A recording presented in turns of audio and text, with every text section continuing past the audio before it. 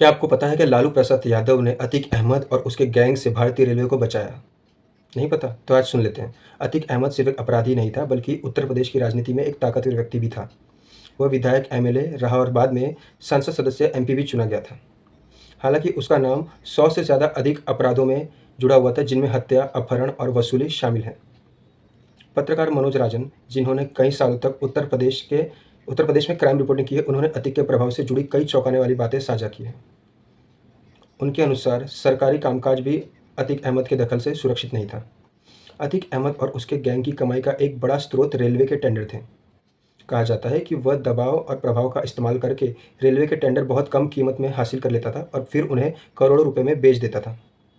इस अवैध तरीके से न केवल उसकी गैंग आर्थिक रूप से मजबूत हुई, बल्कि स्थानीय व्यापार और सरकारी कामों पर उसका नियंत्रण भी बनता रहा। ऐसी ही एक घटना उस समय की है जब लालू प्रसाद यादव रेलवे मंत्री थे। इलाहाबाद में रेलवे के पहिए व्हील्स के निर्माण की योजना थी। यह प्रोजेक्ट रोजगार पैदा कर सकता था और स्थानीय अर्थव्यवस्था को बढ़ावा दे सकता था। लेकिन मनोज रंजन के अनुसार अतीक अहमद ने इस काम में भी दखल देना शुरू कर दिया था। डर और दबाव के कारण अधिकारी इस प्रोजेक्ट को सही तरीके से आगे नहीं बढ़ा पाए।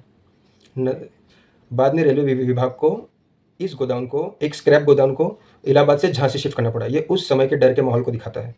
अतीक अहमद की कहानी एक बड़ी समस्या को दर्शाती है, अपराध और राजनीति के बीच का संबंध। अपने शुरुआती दिनों में वह रेलवे से जुड़े अपराधों में शामिल था, जैसे कोयले की चोरी और स्क्रैप कॉन्ट्रैक्ट पर कब्जा करना, जिससे बाद में उसे उसे ताकत हासिल करने में मदद हुई। आज उसकी मौत के बाद भी ऐसी कहानियाँ हमें याद दिलाती है कि उसका प्रभाव कितना गहरा था। मनोज त्रिपाठी के अनुभव बताते हैं कि उस समय डर और ताकत ने आम जीवन और विकास को किस तरह प्रभावित किया था, जिससे अतीक अहमद और उसके गैंग को रेलवे टेंडर से कमाई होती थी। इसके बाद अतीक ने रियल एस्टेट की ओर रुख किया और ज़मीन जायदाद के कारोबार में अपना दबदबा बनाना शुरू कर दिया।